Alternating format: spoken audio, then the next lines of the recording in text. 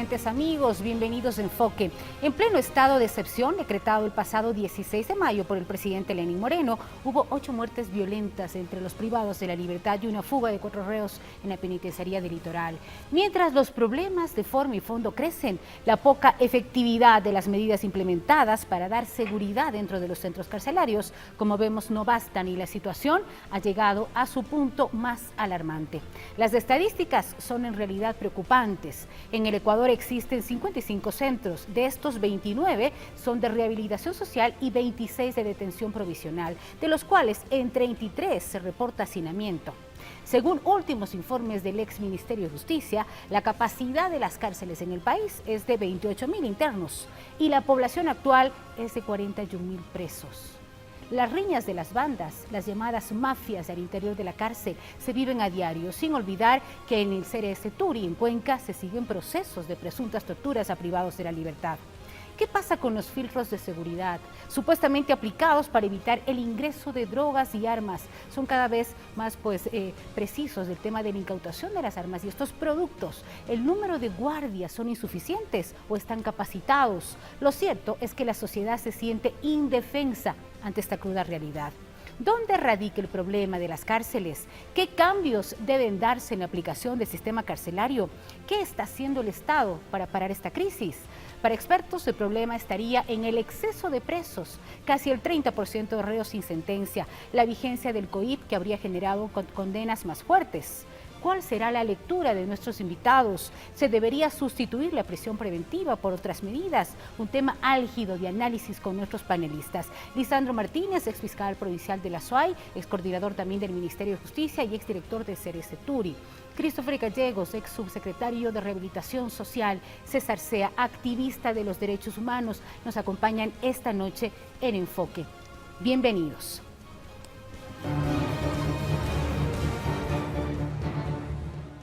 Christopher Gallegos, abogado de los juzgados y tribunales de justicia de la República del Ecuador, especialista superior en Derecho Penal, candidato a máster en Derecho Penal.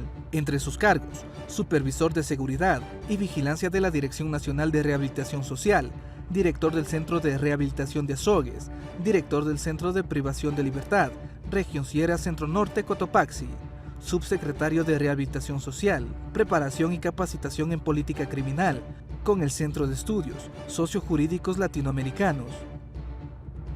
César Sea, activista de los derechos humanos. Lisandro Martínez, actualmente doctor en jurisprudencia y abogado de los Tribunales de Justicia de la República del Ecuador por la Universidad de la SUAY, especialista superior en Derecho Procesal, Universidad de la SUAY y Universidad Andina Simón Bolívar, abogado externo del Juzgado de Coactivas, del Instituto Ecuatoriano de Crédito Educativo y Becas IESE.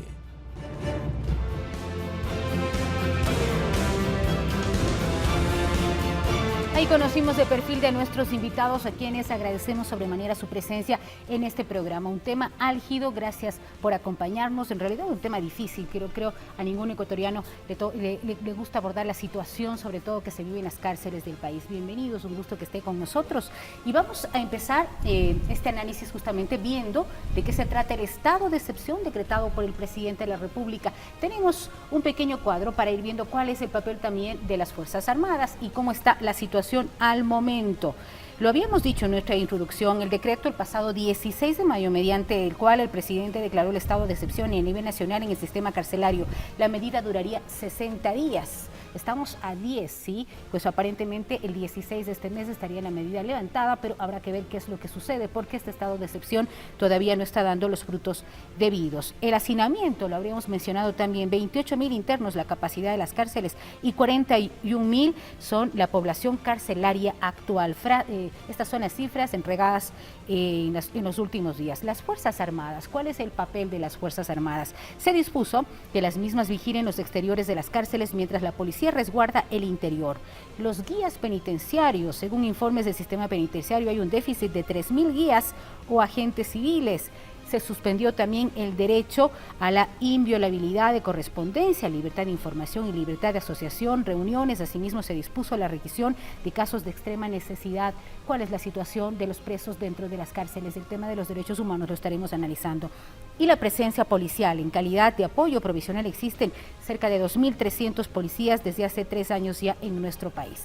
Aquí está pues brevemente el cuadro que se maneja en el estado de excepción en el Ecuador. Pero ¿cuál es la realidad de las cárceles, de los centros penitenciarios? Saludamos a nuestros invitados, el doctor Lisandro Martínez, gracias por acompañarnos, también el doctor Christopher Gallegos, es subsecretario de Rehabilitación Social, y César Sea, activista de los derechos humanos. Y vamos a empezar por el tema de las cárceles, esta crisis que estamos viviendo, doctor Lisandro Martínez. Quisiéramos su lectura, habíamos hecho un pequeño análisis de lo que sienten los ecuatorianos, la percepción que se tiene.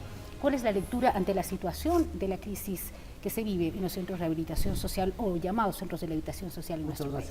Gracias por la invitación. Bienvenido. Pues yo creo que hay que analizar por varios puntos, varios ejes, definitivamente. Yo creo que uno de los grandes problemas es el hacinamiento. Definitivamente allí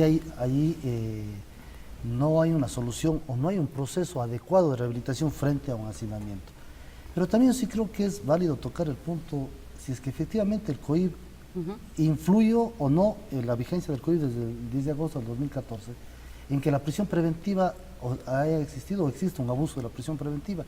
Yo sí creo que hay un abuso de la prisión preventiva, en donde tenemos, por ejemplo, en la época que estaba al frente del centro de rehabilitación acá en Turi, el gran problema de hacinamiento es el CDP, el Centro de Detención Provisional, en donde ahí no hay una solución. Definitivamente no hay medidas alternativas a la prisión preventiva. Todo procesado o toda persona que llega frente a la presunta o el presunto cometimiento de una infracción, el 99% lo más seguro es que sale con una prisión preventiva. Muy pocos son los casos en donde el juez da una medida alternativa, salvo el caso de que, claro, ya la ley lo determina específicamente, en caso de mujeres que se encuentran en estado de gestación o mayores de 65 años de edad. Definitivamente, el resto, todo es prisión preventiva. Yo creo que ese es uno de los grandes problemas. Yo sí creo que es necesario también, dentro del proceso de rehabilitación, tener ajustado todos los ejes de rehabilitación, que me da la impresión que en los últimos meses ha desaparecido de los centros penitenciarios. Claro, muy complejo aplicar estos ejes de rehabilitación frente a un hacinamiento en donde no hay espacios y no hay lugares, ¿no es cierto? ¿Cuáles son los ejes a los que se refiere? Los ejes de tratamiento fundamentalmente es el eje laboral. La verdadera rehabilitación. Claro, el eje laboral, el eje educativo, el eje deportivo, ¿no? El eje de trabajo social, conjuntamente con las familias. Es necesario la vinculación de las familias. Ahora, claro, eso deriva a otros problemas del ingreso, el mayor número de visitas, por ejemplo, por parte de las familias. Eso genera inconvenientes, pero son formas en donde los privados de libertad tienen que estar mayor vinculados con sus familias. En el tema de las visitas conyugales, en tema de las visitas familiares, no se puede cortar esa parte, porque eso genera al interior de los centros de privación de libertad, por lo menos con la experiencia que he tenido acá, genera malestar, genera incertidumbre, genera varios factores en donde luego genera lo que hemos tenido en los últimos meses. Varias muertes en el Centro de Rehabilitación Social de Turi, ¿no? Al ser un centro regional, debe estar alrededor de 2.700 personas, porque entiendo que en los últimos meses ha existido algunos traslados, que eso también es otra cosa que hay que definir claramente. Y vamos a analizarlo también, la situación del Centro de Rehabilitación Social acá en Turi. Quisiéramos conocer su lectura, sus criterios, doctor Christopher Gallegos, ex subsecretario de Rehabilitación Social. Usted ha estado también en la parte del Ministerio de Justicia en su momento, y ¿cómo ve la situación desde ese punto, desde la parte también del Ejecutivo y también pues dentro de los centros carcelarios, porque estuvo también en la ciudad de Azogues? En este sentido, ¿cuál es su visión, cuál es su lectura de la actual crisis que vive nuestro país en el tema carcelario? Muchísimas gracias por la invitación. En primer lugar, buenas noches con todos, buenas noches con los panelistas que me acompañan acá en este distinguido medio de comunicación. Es importante empezar señalando que en efecto preocupa como ciudadano, como profesional del derecho, como exfuncionario, la crisis que actualmente atraviesa el sistema carcelario. En efecto es una crisis que se debe a un sinnúmero de factores, pero yo considero que principalmente el factor que incide mayoritariamente es el sistema penal. El sistema penal creo que de momento se encuentra desbordado, comparto plenamente con lo que ha manifestado el doctor Lisandro Martínez, el uso inadecuado y abusivo de la prisión preventiva creo que es uno de los problemas de mayor envergadura que atraviesa este momento el sistema penal como tal, y eso repercute evidentemente en el sistema carcelario. Esto genera índices desbordantes de hacinamiento y como consecuencia pues los ejes de rehabilitación como tal no se pueden aplicar.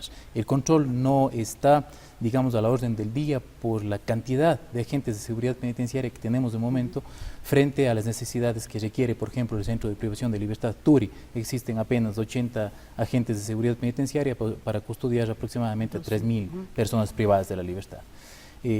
Además, hay algo que es importante y se debe decir. Yo pienso que ingresar a la Policía Nacional no ha sido la solución. Ingresar a las Fuerzas Armadas ahora con el estado de excepción tampoco es lo correcto. Ahora, yo pienso que las autoridades se equivocaron. Están en el exterior. Están en el exterior. En efecto, el estado de excepción les faculta aquello, a que estén en el exterior haciendo revisiones, control de armas fundamentalmente. Exacto. Y lo que están haciendo son registros en bitácoras, pero hay que ponerse a pensar en algo. Yo creo que cuando hablamos de las agencias de seguridad o cuando hablamos ya del ejército como tal, debemos entender si es que ellos están preparados o no para esa labor. Si es que los propios guías, los propios agentes de seguridad penitenciaria, que se entendería entre comillas, pasaron por un proceso de formación, no están a la altura y a la expectativa de las necesidades del sistema, mucho menos lo van a estar personas que fueron formadas para otro tipo de actividades, para otro tipo de funciones.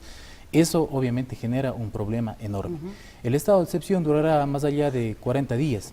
Eventualmente podría extenderse 30 días más. Ahora, ¿qué es lo que va a pasar cuando termine el estado de excepción? Si creemos que los militares fueron la solución, si creemos que entregar el dominio o el mando a la Policía Nacional fue la solución, ¿qué va a pasar cuando se termine el estado de excepción y aquellos funcionarios tengan que salir a cumplir el rol que constitucionalmente están obligados?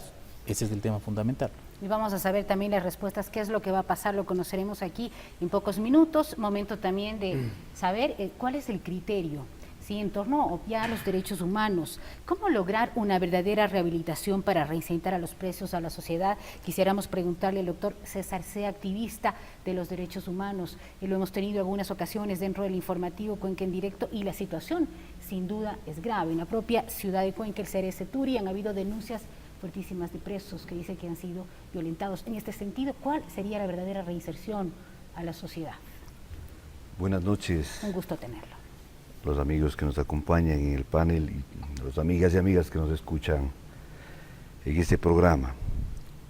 Yo he dicho en su mismo programa que usted menciona desde hace mucho tiempo que el sistema de rehabilitación social hace aguas por donde se le mire y que debió ya haberse declarado la emergencia hace mucho tiempo atrás. Usted es testiga de esa situación. El sistema de rehabilitación social no fue tomado en serio en el país. ¿Es solo un nombre, un título un poco rimbombante? Rimbombante. No ha cumplido su misión el sistema de rehabilitación social, para nada. Primero porque no fue aplicado de acuerdo a las condiciones propias del país. Fue interesante, algún funcionario por ahí, creo que al parecer copió algo de Estados Unidos, hasta el mismo color de los uniformes, trajo acá, crearon moles de cemento y creo que con ello se dieron por satisfechos. Se cometieron y se siguen cometiendo ingenuidades, por decirlo menos, en el sistema de rehabilitación. A ver, algo dijo Lisandro que conoce muy bien, conoció por el paso que tuvo en el sistema. Las visitas son una forma de premio cuando no deben ser consideradas. Me explico. Las personas de máxima seguridad, ellos tenían una sola visita por mes. Entiendo que ahora cambiaron porque hubo la presión desde los derechos humanos para que esto no sea así, porque esto es más allá de ingenuo, totalmente un contrasentido en cuanto a la rehabilitación social. Las personas de medianas tenían más posibilidades de visitas y las de mínima mayores posibilidades.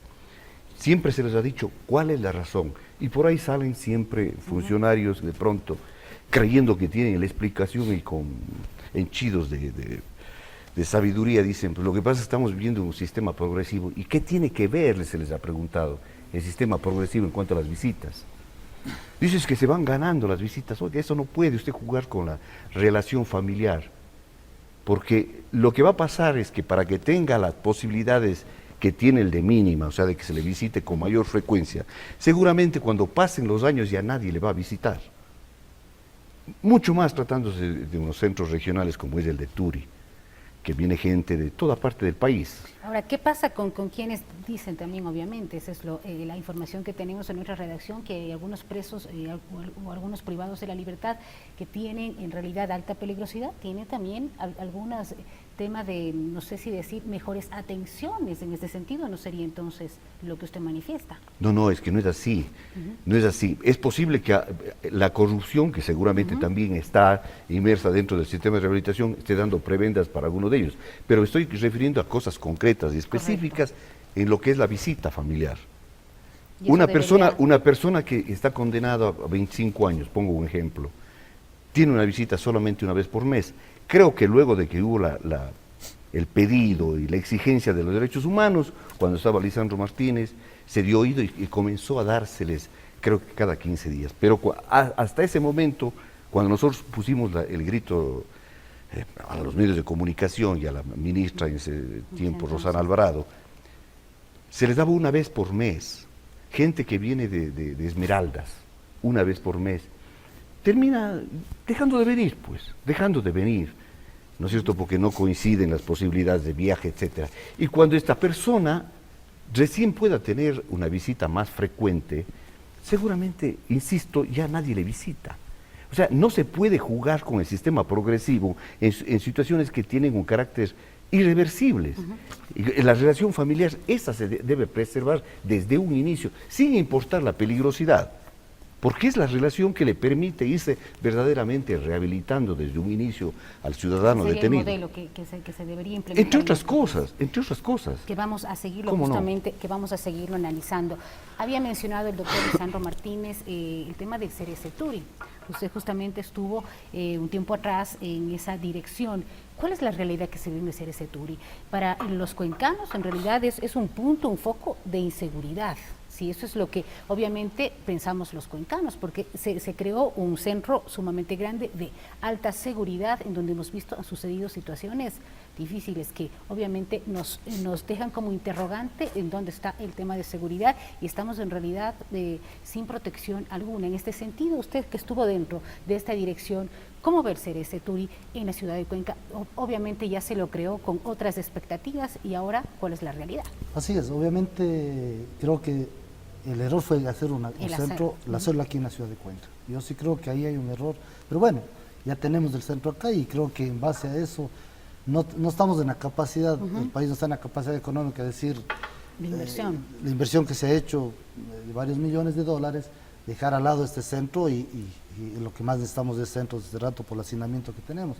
Y creo que la percepción de todos los cuencanos es esa, efectivamente que el centro de rehabilitación ha generado inseguridad en la ciudad.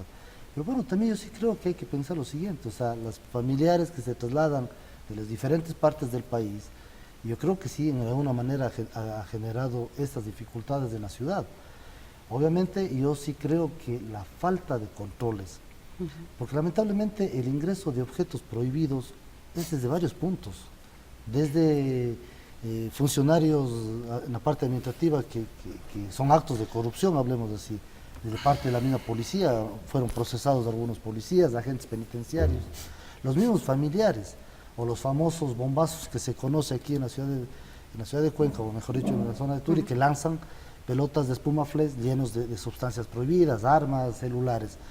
O sea, definitivamente hay un foco de corrupción. Ahora, si se conocen los puntos álgidos, como usted menciona, el tema de los propios familiares, de uno que otro policía, como lo mencionaba también Christopher, en este sentido, ¿por qué no se ataca a la raíz?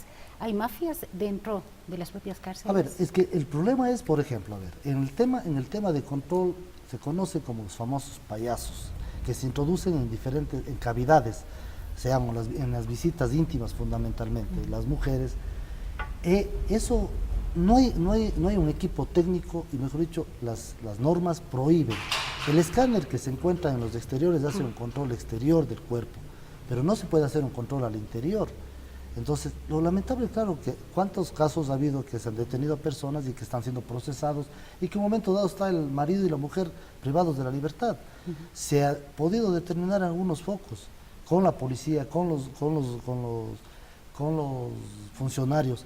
Lamentablemente, el ambiente de un centro penitenciario, como se está manejando, genera corrupción entre los funcionarios. Hay un momento dado, yo sí creo que, por ejemplo, hace unos días atrás escuchaba de que los agentes penitenciarios estaban con malestar, que no se les pagaba horas extras varios meses.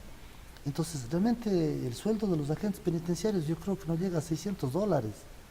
También hay una realidad que es necesario analizar. Yo sí creo que también es necesario hacerse una pregunta. ¿Fue conveniente o no fue conveniente eliminar el Ministerio de Justicia, Derechos Humanos y Cultos?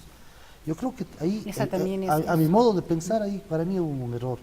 Porque definitivamente era un ministerio que se veía desde la óptica de derechos humanos. Fue una salida fácil para el ministerio, desde viendo la que óptica, la situación y desde la era óptica compleja. penitenciaria. Obviamente, mucha gente dice, sí, pero se está tratando con gente que hizo daño afuera. La justicia ya se encargó de juzgarlos. O sea, en nuestro país no hay ni pena de muerte ni hay cadena perpetua. Simplemente el momento que una persona se encuentra sentenciado o se encuentra privado de libertad, es obligación del Estado dar el tratamiento adecuado y el inicio de un proceso de rehabilitación, como acabo de decir César en ese sentido. Es desde el primer momento, y evitar justamente esa estructura de mafias al interior, desde los mismos privados de la libertad. Que, o sea, no se puede negar que al interior de los centros de rehabilitación, antes se llamaba caporales, ahora me parece que se vuelve hasta una mala palabra decir, pero lamentablemente existe gente en donde toman liderazgos al interior de los centros. Y le hago la misma pregunta al doctor Christopher Gallegos. También estuvo dentro del centro penitenciario en la ciudad de Azogues por un tiempo y obviamente la realidad la vieron de cerca.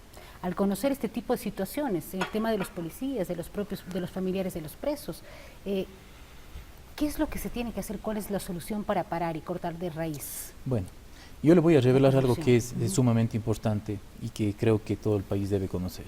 Lamentablemente, el modelo de gestión penitenciaria que en su momento fue diseñado a partir del año 2012 y puesto en vigencia parcialmente a partir del año 2013, fue un modelo que no se asentó de manera completa en el Estado ecuatoriano. Fue un modelo que en cierta forma se asentó a medias. Y bien dicho sea lo que dice César acá, porque en efecto fue un modelo copiado. No es un modelo que nace de la realidad del sistema ecuatoriano, del sistema penal ecuatoriano. Nosotros no construimos política criminal en virtud de nuestros problemas, de nuestros conflictos de relevancia jurídico-penal, sino que imitamos todo, copiamos todo, traemos el uniforme, traemos las cárceles y en definitiva no funciona absolutamente nada. Y digo esto porque es importante, por el hecho de que en su momento el modelo de gestión fue visto con buenos ojos. Generó cierto aliciente en materia de derechos humanos, en materia de rehabilitación social, porque en efecto tenía esto que nosotros conocemos como los ejes de tratamiento, tenía el régimen progresivo, el régimen regresivo y algunas circunstancias que se veían interesantes. Sin embargo, esto al ministerio no le resultó, no se asentó en territorio como se preveía y lamentablemente se generaron resultados obviamente diversos que ya tenemos en todo el país. Lo lamentable de todo esto es que el modelo como tal no era para todo el país, no era para todo el Estado ecuatoriano, sino que un modelo funciona en Turi, un modelo funciona en Latacunga, un modelo diferente funciona en Azogues, y así pues no se puede en realidad brindar un proceso de rehabilitación social. Yo le hablo desde mi experiencia en el Centro de Rehabilitación Social, por ejemplo, de Azogues. Es otro mundo. Es otro mundo. Es un centro en donde yo me atrevería a decir que las personas en cierta medida sí se rehabilitan. Tienen la posibilidad de hacer deporte, de caminar, de ver espacios verdes, de tener mucho más contacto con sus familiares porque las visitas son diferentes. Totalmente, absolutamente distintos. Frente a los centros fríos e insípidos que tenemos acá, como por ejemplo en Turi, Latacunga, la zona 8 en Guayaquil, son centros en donde no se rehabilita a nadie. ¿Por qué? Porque incluso si nosotros en cierta forma mantenemos vivo el sistema del modelo de gestión al que me he referido, este modelo de gestión permitía un régimen de máxima seguridad especial, un régimen que incluso ha motivado la tesis de mi maestría. ¿Y por qué es importante esto? Por el hecho de que en este régimen especial las personas privadas de la libertad permanecían solas en una celda 23 horas y 30 minutos encerradas. 23 de las 24 horas del día. En ese contexto, ¿cómo se le puede decir a una persona te estás rehabilitando? Todo lo contrario. Si el Estado conoce esto, Christopher, de la situación que en realidad no está funcionando, ¿Por qué no cambiar las reglas de El tema es simple, Mire, el Estado tiene un rol equivocado respecto de la rehabilitación social. El Estado siempre lo ha mirado como inversión en términos económicos y es ahí en donde se genera el error y se genera la utopía. Y digo esto porque con firmeza. Por el hecho de que si usted mira como inversión, usted dice, no, es que invertir en un preso a mí no me significa, no me representa absolutamente nada. Usted no está invirtiendo en el preso, usted no le está dando de comer al preso porque sí. Usted está invirtiendo en la seguridad del mañana porque las penas en este país no son indeterminadas. El privado de la libertad que ingresó el día de hoy y que tiene que pagar una pena de 6 años, de aquí en el 2025 está libre. ¿Y qué es lo que va a hacer si usted no tiene la capacidad de rehabilitarlo, de brindarle una oportunidad de insertarle de manera positiva en la sociedad? El preso va a volver al mismo escenario que conoce, es decir, al contacto del microtráfico, al contacto del tráfico de migrantes, al contacto de la asociación ilícita, a traficar en el Arenal, porque de eso está infestado la ciudad de Cuenca. Llenas, ¿no? Tenemos, en realidad están abarrotadas. Pero por supuesto, o sea, esto obviamente es consecuencia del sistema penal. El sistema penal es defectuoso, ¿no? El sistema penal, y como decía el doctor Martínez, esto es importante señalar el tema del uso desmedido de la prisión preventiva. Mire, yo soy abogado litigante, hoy en día litigo en varias provincias del país en materia penal específicamente, y es impresionante la cantidad de fiscales que piden la prisión preventiva sin siquiera justificar criterios como, por ejemplo, necesidad, idoneidad y proporcionalidad. Simplemente lo piden porque sí, lo piden porque está en la ley, lo piden porque dicen que es legal. Y no se trata de que es legal, se trata de buscar un fin más que legal, un fin legítimo, un fin constitucional.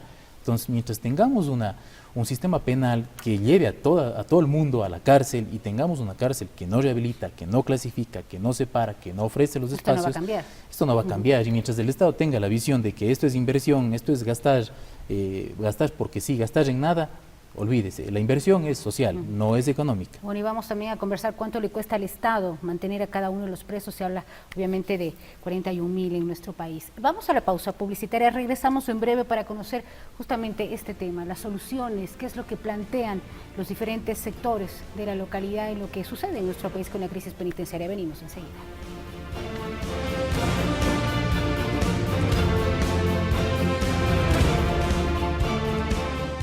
Ya volvemos con más de Enfoque.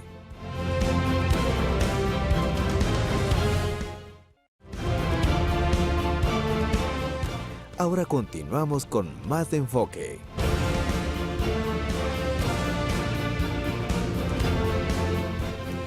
Estamos de regreso ya en su programa Enfoque Especial, tratando un tema bastante difícil en nuestro país, la crisis que se vive en los centros de rehabilitación social del Ecuador, cómo solucionarlas, qué está haciendo el Estado justamente para erradicar la situación de corrupción dentro de los centros penitenciarios. Y nos quedamos para dialogar justamente con el doctor César Sea, pero antes de continuar con este diálogo y análisis especial, me indican en redacción, en nuestro equipo de producción, un audio de una presa, de una privada de la libertad en este momento, en donde también ellos quieren darnos a conocer cuáles son las necesidades que tienen internamente en las cárceles. Vamos con este audio, les invitamos a escucharlo y continuamos con esta entrevista. El preso es lo único que están haciendo con todo lo que están lastimándose, están matándose, están dedicándose a una guerra entre ellos, es por una sencilla razón. El preso tiene sed de venganza porque ellos están solo con la droga encima. ¿Cómo se puede es ayudar al preso? El preso lo único que quiere es comer, quiere comida. El preso quiere que le den cada mes que su familia le ingrese comida. El preso lo que quiere es que cada mes le ingresen sus cositas de aseo, porque el preso no quiere andar como indigente, el preso quiere andar por lo menos aunque sea aseado. El preso quiere hacerse valer como persona, como ser humano. Eso es lo que quiere el preso. El preso no quiere es lastimar a nadie, pero se sienten aislados, se sienten marginados, se sienten como que ya no valieran. Entonces se toman esa sed de odio y de venganza. Cuando al preso se lo tiene bien alimentado, aunque sea bien, con una prestobarba bien afeitadito, con sus íntimas al día, con sus familias que los llega a visitar, con sus amigos, así sea, eso es lo que quiere el preso. Por Dios. Bueno, ahí escuchábamos unas declaraciones, un audio que nos hacen llegar justamente de los centros penitenciarios y en ese momento veíamos qué es lo que dice, es la realidad, dice, los presos necesitamos tener alimentación. que nos den siquiera lo de aseo mínimo. En la parte de los derechos humanos, y usted lo mencionaba justamente en el corte, sin duda tendremos televidentes que estarán diciendo, bueno, se está defendiendo al preso, no es así. ¿Qué es lo que dicen los derechos humanos para esta verdadera rehabilitación? Porque aquí se habla de venganza, se habla de defensa de territorios por estas mafias de corrupción y de estupefacientes de venta de drogas en el mismo centro carcelario. Bueno, primero hay que decir, toda persona privada de la libertad es un ser humano, por tanto tiene derechos. La circunstancia de que ha sido sentenciado le priva de ciertos derechos, pero no de todos. Derecho de circulación, derecho de movilidad, etcétera, y algunos de carácter político no puede sufragar, que son contados derechos. El resto no, su dignidad la mantiene por su condición de ser humano. Y el objetivo de la rehabilitación social no es hacerle nomás el beneficio de que el señor sea un hombre o una mujer diferente, que cambie sus actitudes de la vida, es también para proteger a la sociedad. ¿Qué es lo que está pasando? Aquí acaba de decir Christopher, y estoy totalmente de acuerdo. Tener encerrado a un ciudadano 23 de las 24 horas de una celda, y de esas 23, 12 horas en obscuridad absoluta, porque no hay un foco. ¿Eso pasa en todas las cárceles del país? En las que yo conozco.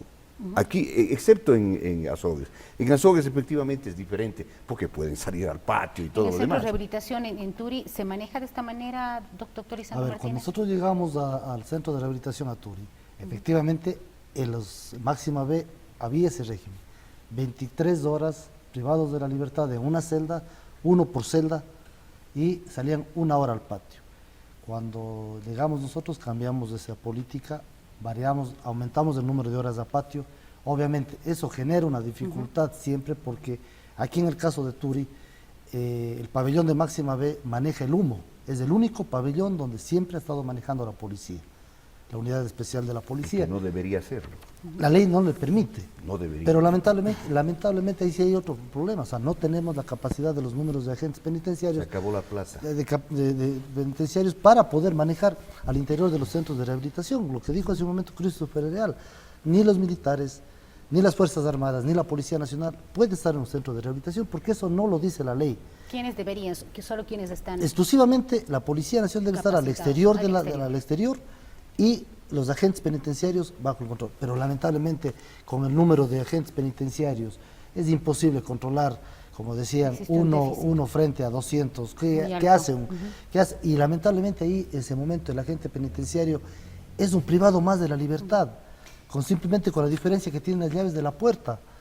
Entonces eso es lo complejo y lo difícil de tener un número y gente que no está capacitada. Yo creo que se ha cometido un error de no tener, si hay una escuela que quede en Tres Cerritos, en la provincia del Oro, cerca de Cuenca, para preparar agentes penitenciarios, y no se lo está haciendo muchos años. No se está capacitando también. Yo había leído y bueno, tenía un documento justamente de los modelos que se aplican en diferentes países, y hay uno que dice que es muy exitoso en cárceles como la de Noruega, conocida por su sistema que es el más amable del mundo. Es lo que ellos citan, que es una cárcel en realidad abierta. ¿Estos sistemas pueden aplicarse o crear un propio modelo para nuestro país? Sí, yo creo que ninguno de los modelos copiados funcionan, deben ser aplicados a nuestra realidad. La realidad de la persona privada de libertad, la realidad de la delincuencia en Noruega es diferente a la nuestra, es totalmente diferente. Habría que sentarse y aplicar y ver las mejores condiciones de los diferentes modelos y hacer uno que se aplique a nuestra situación, pero no el que tenemos, para nada no se ajusta. Una persona que no puede tener un libro dentro de la celda para leer, pues, y pasa 23 horas, Lisandro, todavía pasan 23 horas encerrados, y a partir de las 6 de la tarde no tienen luz, no pueden leer absolutamente nada. Yo, por circunstancias y por contactos y pedido con Lisandro, acompañé para precautelar la integridad de las personas privadas de libertad, y pude ver en las requisas. La policía, claro, tiene la orden y la disposición de que se retire todo tipo de documento. Cuando sacaban algunos documentos había folletos nutricionales, de donde daban explicaciones nutricionales. Les preguntaban, ¿por qué sacan? Porque está prohibido. ¿Por qué? Nadie sabía por qué, pero tenían que sacar. O sea, nadie puede leer adentro, nadie puede tener un libro, Absolutamente, eso es lo que se veía. O sea, no se permite absolutamente nada. ¿De qué rehabilitación social estamos hablando? Pasa un ser humano animalizado, encerrado, y en muchos casos solo, en una celda y gran parte de su vida a oscuras. Ahora, usted mencionaba algo que en realidad es grave. El rato que salen peor de lo que ingresan Pero en claro. los centros penitenciarios. Y la sociedad pagamos esas consecuencias porque salen más violentos. Salen Entonces, violentos para y aquellas resentidos personas, sociales. licenciada, aquellas personas que pueden empezar a estar defendiendo los derechos de los delincuentes, no, lo que estamos haciendo, estamos defendiendo los derechos de todos los seres humanos. ¿Cuál es la Y ojalá realidad? los que piensen así, no les toque la desgracia de pasar a unos centros de privación de libertad o un pariente suyo. Ahí recién se van a sensibilizar y ver que deben ser tratados como seres humanos. Y la intención es cuando hay estos foros de decirles, lo que se pretende es que de ahí, de esos centros, salgan menos resentidos y menos violentos que vengan a perjudicar nuevamente a la sociedad. Pero eso no está sucediendo. Están saliendo más resentidos sociales. Ahora, también se habla, doctor Martínez, que dentro de los propios centros penitenciarios existe demasiado poder.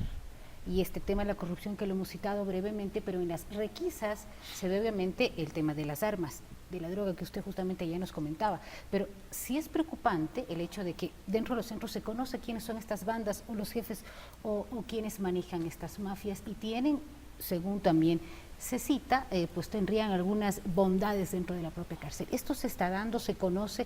Usted al haber estado obviamente en la cárcel, ¿se vivió de cerca o no? A ver, no se puede negar que hay gente que tiene poder al interior de los centros de rehabilitación. Y que maneja... A ver, evidentemente y lamentablemente del interior de los centros, y se demostró en las investigaciones, cuando también estuve en la fiscalía, que desde los interiores de los centros se daban las órdenes de ingreso y salida de droga para Cuenca, no para los centros de rehabilitación. O sea, eso hay, porque hay celulares al interior. Se colocó, me parece que en esa época, 10 inhibidores de celular. A los 10 días fue la polémica de que están demasiada potencia los inhibidores y que está afectando, en un momento dado puede afectar a los aeronavegadores del aeropuerto. Y se nos hizo bajar la potencia y las empresas telefónicas subieron las potencias de las antenas. Porque están justamente ubicados en este sector. Y además de eso, o sea, instalar un centro de rehabilitación debajo de las antenas, o sea, es un inhibidor, es como decía, es David contra Goliat más o menos, ¿no? Se lo hizo hasta de pronto pensando que no se lo podía haber pensado en este sentido, el crear ahí este centro de rehabilitación social en Turín donde están todas las antenas, es hasta, no sé. Antitécnico, o sea, tenía que haberse pensado siempre en función de que ahí iba a tener que instalarse inhibidores. Y lamentablemente, como está construido el Turi, porque no es al mismo nivel como es la Tacunga, por ejemplo, o es la zona 8 en Uruguayas, sino es a desnivel, se vuelve más complicado, hay otros puntos, los puntos ciegos que se conocen. Pero, por ejemplo, yo creo que una de las maneras para ir, de alguna manera ir solucionando el tema de esos jefes, hablemos así, o los caporales, como se conocía, en un momento dado nosotros hacíamos traslados cada 6 meses. O sea, se sacaba de unos centros, se le mandaba a otros centros, a los famosos, entre comillas, líderes, para justamente evitar que en un momento dado empiecen a tomar poder dentro de los centros de rehabilitación. Entonces, el problema es macro, o sea, hay que analizarlo desde toda la óptica. O sea, tenemos normas especiales dentro del mismo Código Integral Penal o el Código Anterior Penal, quienes fueron sentenciados. Por ejemplo, las fases de prelibertad, los regímenes de semiabiertos, en donde los papeles tienen que regresar a Quito para que se autorice en Quito si es que una persona privada de libertad está ya ha cumplido el porcentaje para salir, obviamente con las condiciones que determina la ley. En nuestra época, hace un año atrás, porque estoy hablando, yo terminé en junio de salir de esa gestión, se hacía aquí en la ciudad de Cuenca, se desconcentró. Entiendo que se eliminó eso y se mandó de nuevamente a la ciudad de Quito. Entonces, claro, los familiares de los privados de la libertad tienen que estar en una peregrinación permanente en la ciudad de Quito para sacar un documento, un informe desde la ciudad de Quito que nada tiene que ver. O sea, esos temas va a permitir también bajar los índices de hacinamiento. Tal vez no sea la solución en lo global, pero ayuda, de alguna manera ayuda. Hay muchos privados de la libertad que cumplen la pena al 100%. Y disminuir las tensiones, además. Exacto. Disminuir las tensiones al interior del centro, porque la gente está que explota, porque los trámites se alargan cuando ellos ya tienen un derecho. Entonces, eso lo que usted dice, Lisandro, descentralizar como se estaba haciendo, es positivo, porque baja las tensiones con las personas privadas de libertad. cuando saben que recién comienza el trámite para su prelibertad, cuando él ya debería tener su derecho, eso les indigna y comienzan las revueltas, comienzan los amotinamientos. Entonces estas Es lo cosas que tienen hemos que tomarse vivido en serio. en los últimos meses. Así es, a ver, esta emergencia lo que debe servir no solamente para la cuestión de infraestructura, etcétera, tiene que concebirse de una forma integral.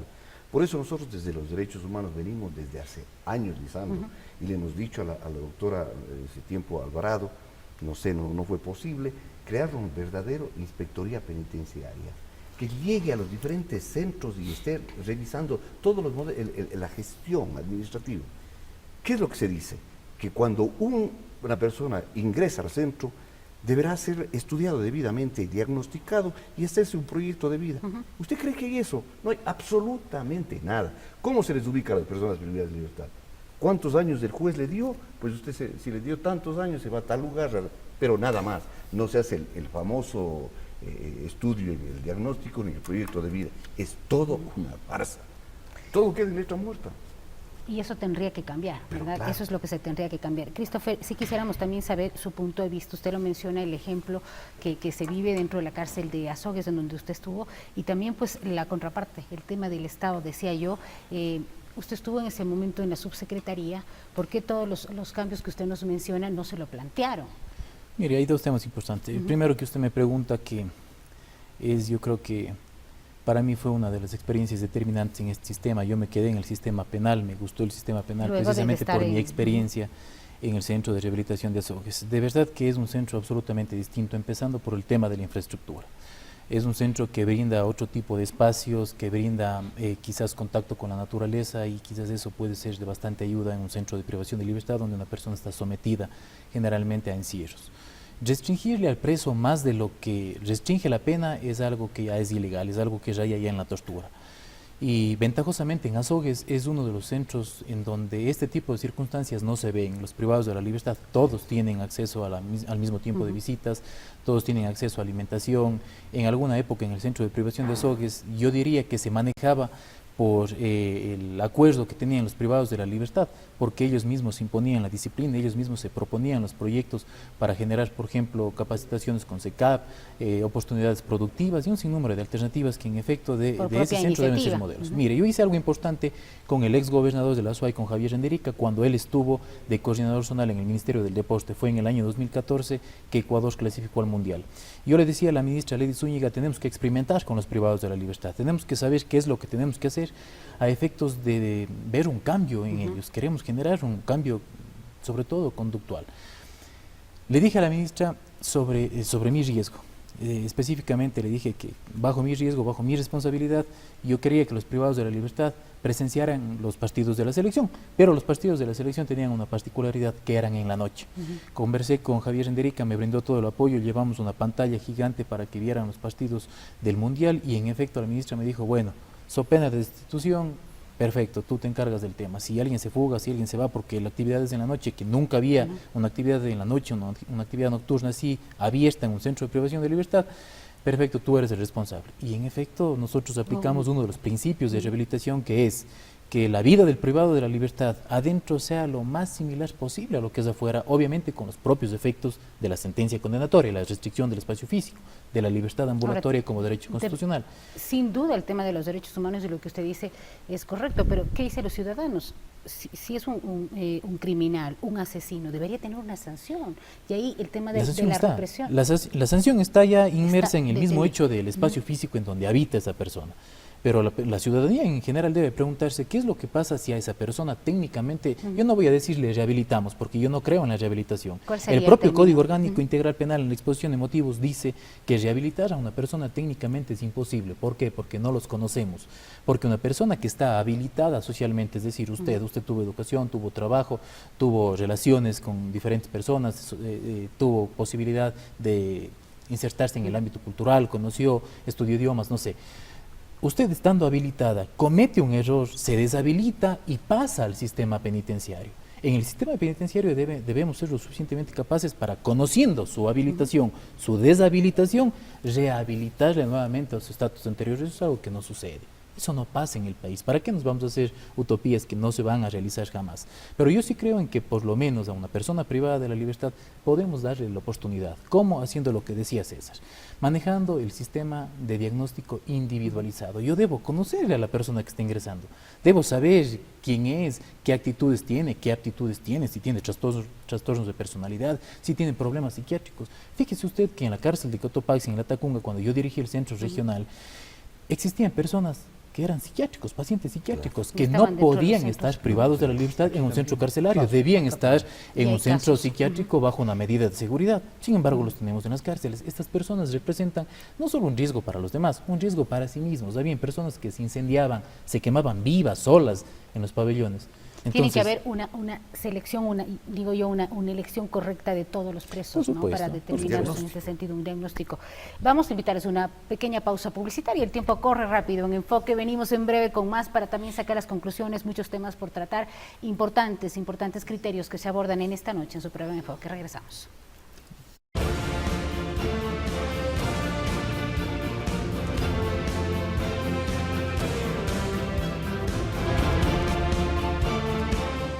Ya volvemos con más de Enfoque.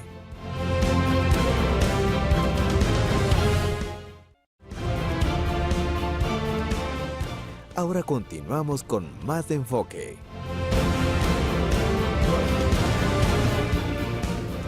La crisis penitenciaria estamos abordando esta noche en su programa Enfoque y en realidad criterios bastante importantes. Se vienen ya las conclusiones y las soluciones también que plantean nuestros invitados, están entendidos sobre esta materia, sobre este tema. Pero antes queremos conocer qué opina usted, qué opina la población, qué opinan los cuencanos de lo que se está viviendo en la crisis penitenciaria. Vamos a revisar seguida.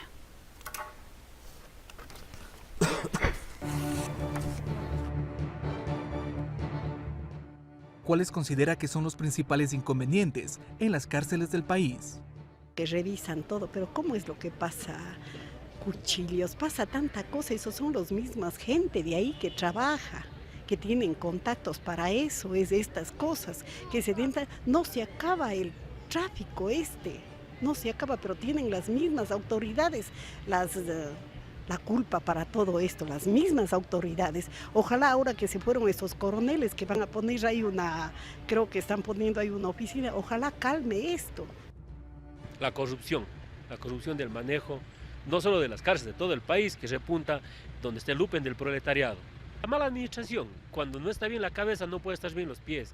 Entonces, si los ministerios no están bien, el Ministerio de Justicia no está bien los celadores, no está bien los administradores de las cárceles, no está bien las cárceles. Por eso la inseguridad. ¿Cómo puede ser posible que donde está la gente mayor resguardado, que es la gente que está privados de la libertad, ingresen drogas, ingresen armas? Los guías de allí de la penitenciaría no deberían pasar absolutamente nada, o como más bien opinaba ya la ciudadanía, que más bien los señores de los militares, sí me parece que ellos tienen más cuidado, tienen más experiencia, entonces más bien sería eso y que no dejen pasar absolutamente nada.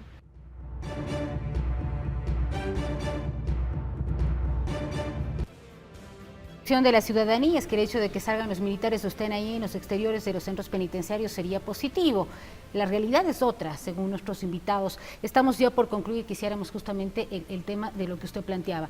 El caso de que estén los militares, que va a ser por este estado de excepción, ¿esto es positivo o lo contrario? A ver, simplemente es una forma de decir estamos actuando, desde mi particular percepción. ¿Pero se van a ver cambios? No hay cambios, además que se va a terminar el estado de excepción, los militares regresarán a los cuarteles, pero solamente sentido común utilizando. A ver, están alrededor del centro de rehabilitación social haciendo control de armas. ¿Usted cree que alguien que quiere introducir un arma, sabiendo que están los militares, va a ir con el arma por ahí para que le hagan la requisa? Es un absurdo, o sea, ¿cuántas armas habrán requisado? Yo creo que ninguna. Durante este tiempo que, bueno, están 8 días, menos de 8 días de... ¿Qué persona, qué familiar que quiera llevar un arma ya va a ir en un estado de excepción que si sabe que están alrededor haciendo el control? O sea, no tiene sentido. Ahora, el estado de excepción no puede mantenerse todo el tiempo. No, pues ya fue unos pocos días más y termina. Que tal vez de pronto lo puedan prorrogar. Mi situación, nosotros como derechos humanos hemos propuesto y seguimos proponiendo la creación de la Inspectoría Penitenciaria, que llegue de improviso a los diferentes centros a ver cómo está el asunto burocrático, cómo está el asunto de la corrupción, etcétera, y reporte a la máxima autoridad para que se tomen los correctivos. ¿Quiénes formarían parte de esta inspección? Un nuevo cuerpo, un cuerpo independiente de gente capacitada, idónea y honesta. Porque si, todo está contaminado. Que no puede ser la fuerza pública, no puede ser los militares. No. Tiene que ser personal civil y capacitado. Ese es el problema. A mí me alegra verle a Christopher, un joven que conoce el derecho penal y conoce el sistema de rehabilitación. ¿Qué es lo que sucede? Cambian los gobiernos, cambian las administraciones y se improvisan. Se ponen de directores, y eso conocemos, Lisandro. Se ponen de directores a gente que no conoce de la misa a la media. Va recién a aprender qué es el sistema de rehabilitación social, cuando ahí tiene que estar gente absolutamente capacitada. Entonces, el sistema tiene que tener una especie de asuntos internos, que esa es la Inspectoría Penitenciaria que nosotros venimos proponiendo, que vaya supervisando de que las cosas caminen bien, en cuestión burocrática, en cuestión de Estamos a buen tiempo en el país para aplicar lo que usted Pero menciona. claro, siempre es eso. Correcto. Siempre es eso. Doctor Lisandro Martínez, sus conclusiones, el tiempo es corto, pero quisiéramos saber... Efectivamente, yo creo que es necesario fortalecer los ejes de tratamiento, fundamentalmente el eje educativo y el eje laboral. Tenemos 42.000 manos de obras muertas adentro de los centros de rehabilitación, en donde podrían generar trabajo para su... O sea, fundamentalmente, ¿qué sucede? Por lo general, el jefe de hogar que está privado de la libertad es el que aportaba a su casa. Llega al centro de privación de libertad y no hay ese aporte ya económico para su casa. Entonces, ¿qué tiene que hacer el resto de familia? Lamentablemente, nuevamente caer en ese círculo de seguir delinquiendo. Por ejemplo, pero tampoco es lógico que en los centros de rehabilitación se siga haciendo, perdón la expresión, pajaritos de papel o de origami. Eso no es una solución. Es necesario que se vincule la sociedad. Capacitación, educación. Por ejemplo, aquí en Turia hay talleres en donde puede generarse, hacer trabajos para industrias de la ciudad de Cuenca. Es necesario vincular a la sociedad. Ahora, ¿cómo asegura la empresa privada que debe en realidad dar espacios a quienes han sido privados de la libertad que estas personas hayan cambiado? Si se habla de que no existiría una rehabilitación. No, lo que digo es que al interior del centro de rehabilitación, como hay talleres, por ejemplo, hay metalmecánica, hay gente que puede hacer, gente muy hábil con sus manos, puede hacer, por ejemplo, doy el ejemplo, una industria de cocina, que se haga por ejemplo, el doblado de las latas o de cualquier, al interior del centro, y eso se provee a las empresas. Que sean labores prácticas. Exacto, en realidad, labores que el momento prácticas. Que salgan el tema puedan... educativo, por ejemplo, cuando se logró que hace un año atrás se llegaran a graduar 120 personas, era de ver la felicidad de la gente, porque vieron una oportunidad en el centro de rehabilitación, porque en su vida tuvieron la oportunidad de educarse, por ejemplo. Y que no sea un tiempo desperdiciado. Y que se lleguen a graduar, que terminen el colegio, que hayan llegado a graduarse de la universidad. Creo que está alrededor de 5 profesionales que se han graduado en el Centro de Rehabilitación Social de Turia. O sea, esa es también una realidad, que es necesario dar el impulso. Pero claro, o sea, ¿cómo puede estudiar una persona a la universidad cuando tiene que pagar de sus recursos? Porque únicamente hay universidades privadas que son a distancia. Y el sistema de universidades públicas no lo tienen ese sistema. Bueno, y habíamos mencionado también cuánto le cuesta al Estado mantener a un preso, hablábamos de más o menos alrededor de 30, 40 dólares por cada uno de los presos. Es un valor sumamente alto. En este caso se debería capacitar, como usted dice, y educar, que sería uno de los puntos importantes. Finalizamos con el criterio de Christopher Gallegos. Christopher, quisiéramos saber en realidad qué es lo que usted plantearía. Mire, ya lo hice cuando estuve de subsecretario de Rehabilitación Social, lo hice directamente ante el ministro Pazmiño en aquella época que todavía vivía el Ministerio de Justicia, digámoslo así. El primer tema, ¿cómo combatir el asunto del hacinamiento? No es algo del otro mundo. Primero, uso racional de la prisión preventiva. Fiscales y jueces articulados con el sistema penitenciario se lo puede realizar, se puede disminuir.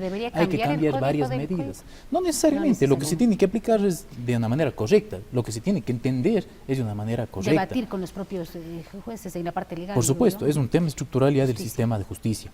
En segundo lugar, la correcta interpretación de las leyes. ¿Por qué? Porque lamentablemente hoy por hoy tenemos un reglamento del sistema de rehabilitación social que algunos operadores de justicia, entendiéndolo de una manera totalmente equívoca, han permitido que, por ejemplo, existan personas privadas de la libertad por entrar con tabacos, por entrar con $5, por entrar con un reloj, por entrar con una memoria USB. Por Dios, eso no es punible, eso no es punible, eso no compromete el bien jurídico de la tutela judicial efectiva para quienes me entienden en derecho penal. Y estamos hablando de que los jueces están sentenciando todos los días a personas por 10 tabacos, por 15 tabacos. Tenemos casos de señoras de 60 años pagando penas de 1 año por 20 tabacos que afuera pueden comprarse y consumirse de manera libre. Entonces entendamos y apliquemos de manera correcta las normas. Y tercero, la eficiencia de los beneficios penitenciarios. Esto viene articulado de lo que decía Lisandro, el tema de la eficiencia de los ejes de tratamiento. Si tenemos un modelo sólido de tratamiento del privado de la libertad, o por lo menos de seguimiento del privado de la libertad, este puede hacerse de beneficios penitenciarios cuando cumpla el 40% si se trata del Código Penal anterior y del 60% y del 80% si se trata del Código Orgánico Integral Penal.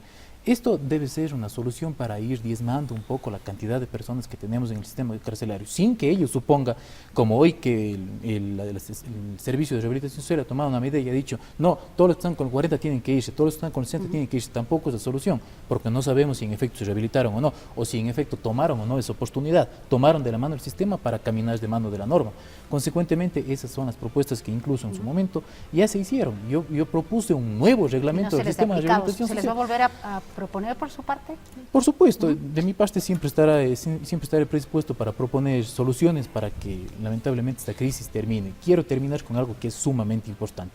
Yo creo que la cárcel es un mecanismo de control social que va a estar ahí siempre y siempre va a generar conflictos. Sin embargo, el rol principal del Estado es afuera. ¿Qué hacemos? En la cárcel está el 95% de la población, son pobres, es sociedad estereotipada. ¿Qué hacemos afuera? Evitemos que entren. Lógicamente. No nos preocupemos de cómo sale.